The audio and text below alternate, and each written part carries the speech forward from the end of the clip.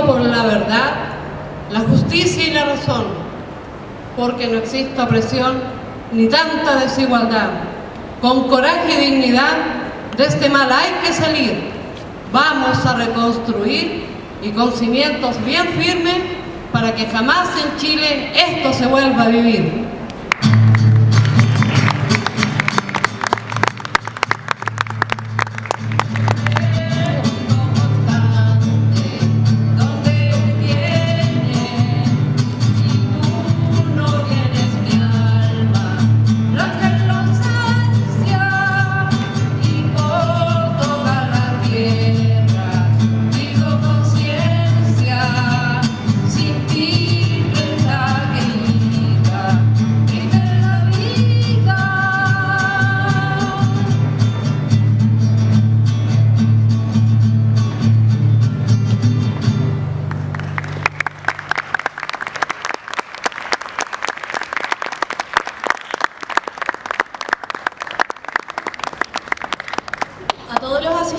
Los invitamos ahora entonces a pasar al auditorio Alessandri para dar inicio al conversatorio No podemos avanzar sin memoria, el rol de la justicia en la reconstrucción de la memoria. Hola, buenas tardes a todos y todas. Un gusto estar acá. Se ha hecho una buena costumbre venir en este mes, en los aniversarios, a la Facultad de Derecho desde que está el memorial. Es muy bueno aquello. Agradezco también la invitación, pero vamos a ver en qué estado están los juicios de los compañeros que estuvieron aquí en Derecho, ¿ya? O sea, de Cecilia, de Darío y de Germán Moreno. Porque lo que sucede es que, bueno, este montaje parece ya increíble que haga 41 años y que la justicia haya tardado tanto. De todas maneras, yo creo que los criminales nunca pensaron que de una u otra forma nuestros compañeros y compañeras iban a seguir presentes. ¿Qué ha pasado en relación a las causas que se han interpuesto por ellos? A julio de 2016, o sea, ahora, el recuento que hice yo es que tan solo en 33 de los 119 crímenes hay perpetradores cumpliendo sentencia efectiva a firme, o sea, que ha habido fallos pronunciados ya por la Corte Suprema. Y entre el año pasado y ahora hay un avance, fíjate, familiares, amigos, alegrémonos. Hay un total, uno se alegra de migaja, hay un total de 17 fallos. Pero aquí lo interesante es que buscan revertir la tendencia a que las sentencias habían sido muy enanas, tan enanas, que en algunos casos los criminales salían simplemente en libertad, porque era menos de 5 años y un día. En cambio, en estas otras sentencias de este último año, cambió el criterio de los jueces, se pusieron más a tono con la doctrina internacional de derechos humanos, y hay sentencias a 20 años en uno de las investigaciones que le llaman cuaderno Grimaldi, y otras sentencias a 13 años, en fin, que aseguran, después vamos a ver que no está seguro, pero que asegurarían que efectivamente se cumpla sentencia en prisión. Algo que me llegó particularmente es que al menos nuestras compañeras, que son las mujeres que hay dentro de los 100, hay 19 mujeres que fueron desaparecidas. Y ya hay sentencias para varios de los casos de ellas. Para Jacqueline Luigi, que era una compañera que estaba embarazada cuando cayó detenida. Para María Teresa Altit y para María Isabel Lluí, salió entonces la sentencia definitiva y es a 20 años para los perpetradores. Entonces eso es un inédito, es primera vez en los juicios por derechos humanos en Chile, nunca ha habido sentencias de esa cuantía. Entonces se entiende que puede haber una nueva generación de ministros, de jueces, hay algo en la sociedad que está cambiando, y eso tiene que ver con que todo Chile está cambiando. Te decía, somos los que perdimos el miedo. Porque este letrero era para paralizar al país, no solamente antes, sino que ahora. Era para que nunca más nadie luchara, era para cambiarnos la cabeza, era para darnos vuelta a las entrañas, era para convertirnos en máquinas de consumir y de hacer dinero. pero no lo lograron plenamente. Lo lograron con una parte de la sociedad, pero hay otra parte que son los estudiantes, que son los mapuches, que son los ambientalistas, en fin, todos los que están llevando a luchas grandes ahora, que perdió el miedo. En estos 119 compañeros es como un pequeño universo de lo que era Chile en los años 70. De ese Chile pujante, vibrante, en que los jóvenes estaban comprometidos con los cambios, en que prácticamente todos militaban, porque en ese tiempo los partidos tenían prestigio, los partidos de izquierda me refiero. No ser militante era algo raro, o sea, era como decir, no me interesa lo que está pasando. Entonces prácticamente los jóvenes, todos de a poco, se iban, en la medida que se iba avanzando el proceso, se iban comprometiendo en los partidos. Y es por eso que había muchos chiquillos y chiquillas que eran miembros del MIR, la mayoría de los 119 eran del MIR, del Movimiento de Izquierda Revolucionaria, pero también había unos que eran socialistas, algunos eran comunistas, algunos eran del MAPU y del Partido Radical. Cuando uno revisa la grave violación de los derechos humanos, se pueden ver ciertas características, y quisiera señalar esto respecto de dónde se realiza el actuar de la DINA y lo que sería después la Operación Colombo. Los primeros meses de la dictadura militar se genera una represión generalizada en todo el país, donde intervienen carabineros, policía, Fuerzas Armadas, Policía de Investigaciones, las distintas ramas de las Fuerzas Armadas, y también lo que se llamaron los CACSI, que eran los Comandos de Acción Jurisdiccional de la Situación Interna, que fue la forma en que se organizó el Ejército y las Fuerzas Armadas para operar en la emergencia, entre comillas, que era lo que se producía tras del golpe. Sin embargo, a partir del año 74 esa represión comienza a ser más selectiva destinada a eliminar la militancia política. Hasta el 73 hay una represión que está contra los militantes de la UP, pero también contra dirigentes sociales, dirigentes estudiantiles, dirigentes campesinos, contra todo el pueblo organizado. Es tan así que también hay represión contra, se hace una especie de limpieza social, represión contra diversidades sexuales, represión contra delincuentes comunes, todo lo que para los militares fuera, entre comillas, anómalo o diferente. En la DINA, o el Comando Conjunto también, que es otra organización, la represión es focalizada fundamentalmente en los principales partidos de izquierda, el Movimiento de Izquierda Revolucionaria, el Partido Socialista y el Partido Comunista. Dentro de esta periodización también marcar lo que fue la Operación Retiro de Televisores. El año 78 se descubre en Lonquén unos restos humanos que correspondían a detenidos desaparecidos, y Pinochet ordena hacer una operación que significa desenterrar todos los restos de detenidos desaparecidos y lanzarlos al mar o hacerlos desaparecer por otras vías. Y esto es tremendo porque, esto se descubre bastante avanzado en los años 90, pero es tremendo porque fue hacer desaparecer los cuerpos 2 veces y demuestra un poco la voluntad de exterminio de la dictadura. Y por otra parte, entre el año 78, fines 77, 78 hasta el año 90, opera la CNI, donde hay una disminución drástica de la desaparición forzada.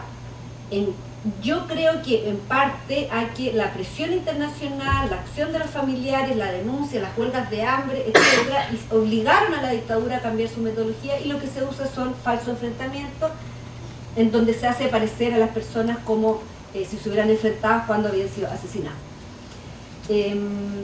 Respecto a la desaparición forzada, también distinguir dos cosas, que el mismo informe Rettig distingue una desaparición forzada en el primer periodo, que son detenciones practicadas por uniformados, generalmente acompañados por civiles, donde la persona era asesinada inmediatamente y se disponía del cadáver para tratar de quedar como en una suerte de impunidad, ya sea lanzándolo a un río, tirándolo al mar, etc. Pero generalmente se trataba de la detención, el asesinato y la negación de los hechos.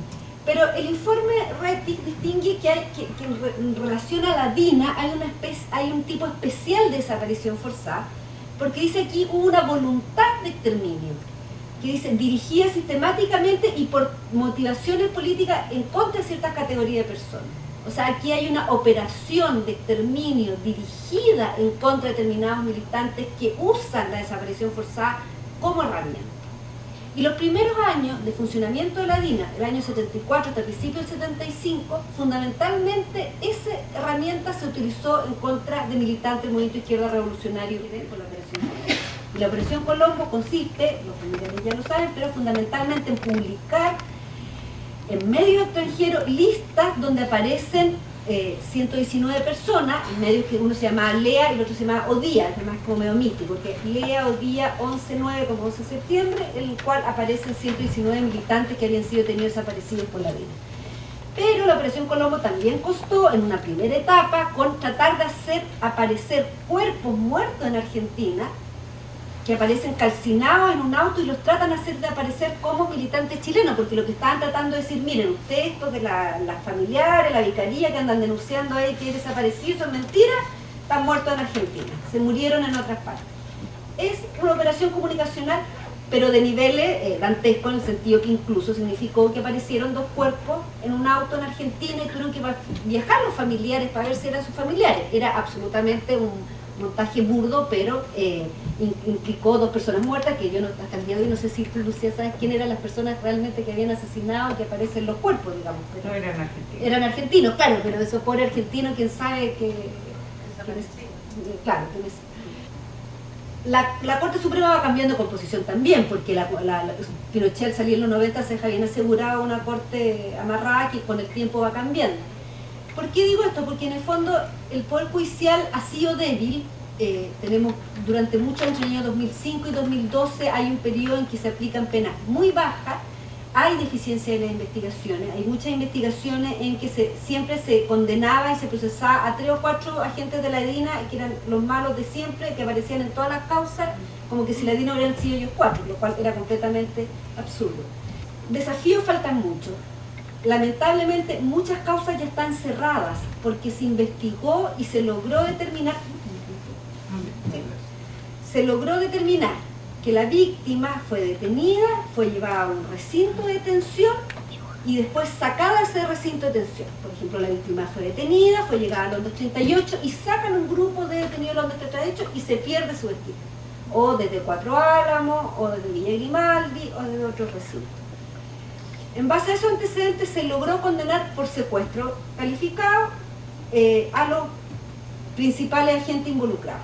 Normalmente, como les decía, condenaban a los mismos de siempre, pero en la causa que se tomó el nombre Operación Colombo, porque la causa de Operación Colombo no están todas las víctimas de Operación Colombo, pero tomó ese nombre, al menos se logró que condenaran a un número importante de agentes, que son los que eran, por ejemplo, en el caso de Londres, los que eran guardias detenidos, los que hacían los operativos, los que hacían otro tipo de funciones, los jefes, el mando. Se logró condenar. Ahora eso está en la Corte de Apelaciones. En el primer caso la Corte de Apelaciones revocó y dejó como al 60% libre. O sea, todavía eso está pendiente. Hay varias causas de Operación Colombo que están en este momento en la Corte y la pelea está en lograr condenar a este número cada vez más amplio de agentes.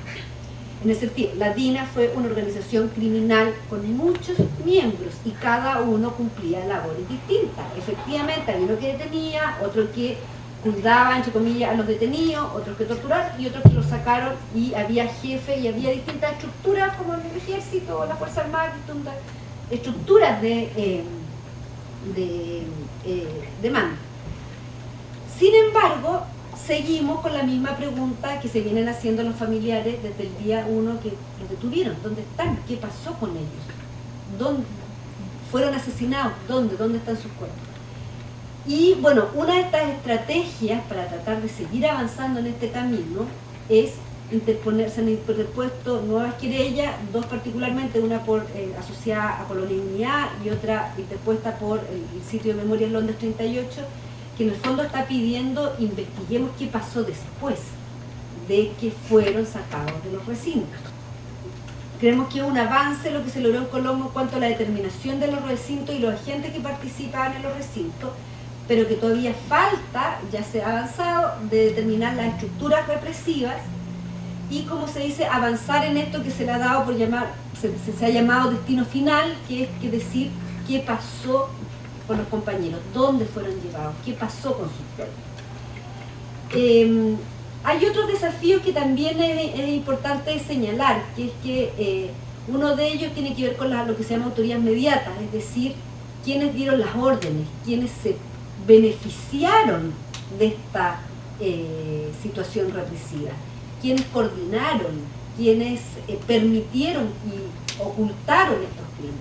Y ahí obviamente siempre cobra relevancia el tema de los civiles, que normalmente no han sido tocados.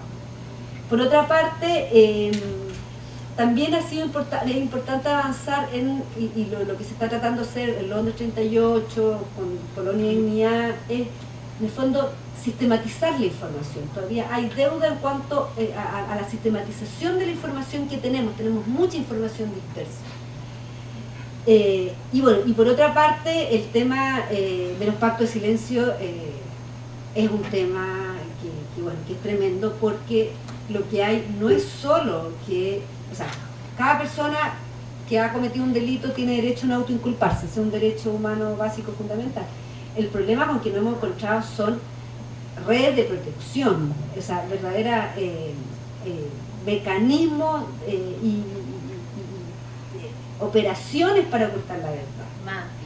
Mafias, claro, como por ejemplo un caso súper que fue muy famoso el año pasado, que fue el caso de Rodrigo Rojas y Carmen Gloria Quintana, donde salen unos soldados conscriptos reconociendo que por años le estuvieron pagando, eran soldados conscriptos, los pasaron a la planta, les pagaban sueldo, les daban salud, etcétera, para que no dijeran la verdad y que les habían enseñado y dicho lo que tenían que decir. Eso no es un caso aislado, o sea, la protección que se le dio a Cheire, digamos, es impresionante, digamos, en estos días. Entonces, y ese es un desafío permanente. Eso. Muchas gracias.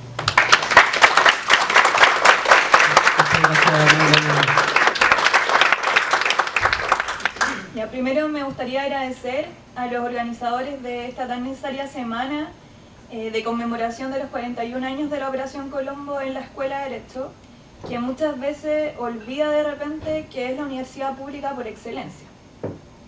Uno puede comprender y hacer suya la impotencia que generan frases como es que debemos mirar hacia el futuro y reconciliarnos, es que los jóvenes no pueden hablar porque no vivieron en esa época. Ciertamente, las consecuencias que ha dejado la dictadura atraviesan las generaciones y eso me consta. Hasta la actualidad, las heridas jamás han sido sanadas y el Poder Judicial es uno de los grandes cómplices de que hoy no exista ni verdad ni justicia para las víctimas ni para las familias de las víctimas de los delitos de lesa humanidad. Creo que es necesario también recalcar que a pesar de que se ha ganado, y esto gracias a los familiares, el reconocimiento acerca de los crímenes que se cometieron en la dictadura, porque yo creo que eso es importante destacar, la existencia y el reconocimiento de los crímenes fue gracias a los familiares y no al Poder Judicial. Lamentablemente, el Poder Judicial duda constantemente sobre condenar o no a los autores de delitos de lesa humanidad, incluso, bueno, ya en menor medida con el tema de la medida de prescripción. Me gustaría dirigir mis últimas palabras a los y las jóvenes presentes. Muchos de ustedes, al igual que yo, cuando comencé en esto, tienen un conocimiento sobre lo que ocurrió en la dictadura, que hubieron muertes, que hubo tortura, que hubieron desaparecimientos forzados, que hubieron miles de lesiones a los derechos humanos y que por supuesto condenamos. Pero además hubo un legado que vive permanentemente en todos nosotros, porque la dictadura vive en las AFP, vive en nuestra educación privatizada, vive en la negación estatal a un sistema de salud digno, vive en las poblaciones marginadas, vive en los escasos derechos laborales y vive en la represión constante del pueblo mapuche y los movimientos populares. En fin, la dictadura y su legado viven. Pero lo cierto es que en un Estado que nace al alero de la dictadura, instalando un modelo económico, social y político nefasto como el sistema neoliberal, creo que la lucha por los derechos humanos se vuelve una lucha por la resistencia de quienes nos oponemos a la privatización y a la negación de los derechos esenciales de los hombres y las mujeres. Porque en un Estado que está lleno de leyes para favorecer a unos pocos y desconocer a unos varios, los derechos humanos se vuelven nuestra herramienta de resistencia. Hace algunos días tuve que asistir a la oficina del ministro Carroza, porque como trabajo con ADIL, tengo que constantemente ir al tribunal y tuve una audiencia. Y al llegar, voy al lugar donde tenemos destinados a los procuradores y veo al mismísimo Pedro Espinosa sentado en una mesa tomando tecito en la mañana, sin esposa y sin chaleco que lo identificaba como condenado. Me siento al frente, por supuesto, y me pregunto, una infidencia más, Yo soy miembro de EASUR, una ONG que trabaja por los derechos de las personas privadas de libertad. Entonces me pregunto a usted, ¿creen ustedes que un interno condenado por delito de robo en lugar no habitado, que reside actualmente en La Peni, que probablemente nació de una de esas poblaciones marginadas, cuando va a una audiencia en un tribunal, lo reciben sin esposa, sin chaleco y con tecito? Lamentablemente me gustaría decir que así fuera, pero no lo es. Los estudiantes de esta escuela estamos llamados a que estas situaciones no nos causen indiferencia, porque si por algo decidimos entrar a esta facultad es para tener un compromiso social con los problemas que enfrenta nuestro país. Y uno de esos problemas, sin duda, es la escasa promoción y protección en la defensa de los derechos humanos. Muchas gracias.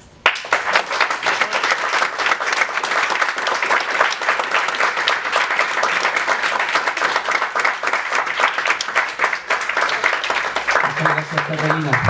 Qué rico escuchar cuando nuestro trabajo se ve reflejado justamente en la juventud, en las personas.